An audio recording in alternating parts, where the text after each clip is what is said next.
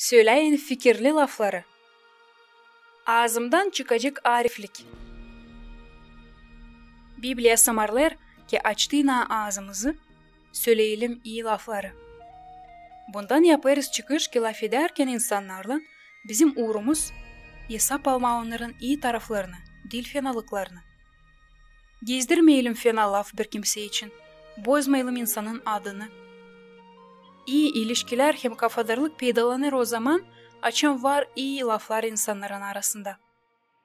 İsterseniz iyi denmeye kafadar, açık göz olun ona, ne türlü kendi fikrinizi söylersiniz, ne türlü anlatırsınız kendi istemekleriniz için, düşünmeleriniz için.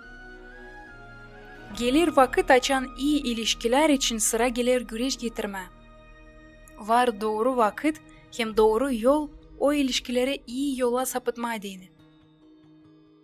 Açan zor durumda bulunarsınız, dua edin.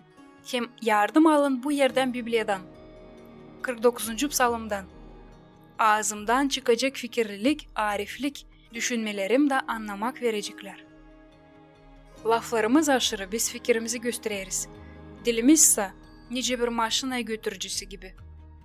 Bir maşina gibi yanlış yola çıkmayı istemerseniz, o zaman bakın ne söyler diliniz. Hem yalvarın Allah'a.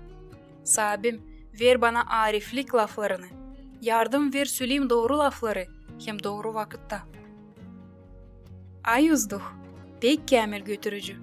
O sizi doğrultacak, öğretecek, işleyecek sizinle, daha siz anlamayınca. Yardımlayacak ruhça büyüme, daha siz gelmeyince o hala açan diyebileceğiniz. Ağzımdan çıkan laflar dürüst, yok onlarda yalan hem değil doğruluk. Fikirli adamlar bulur onlarda dürüstlük hem iyilik. Prитчи 8. baş 8. yer. Bu lafları söyleyebilirseniz, kendiniz için bilin ki ruhça büyüdünüz.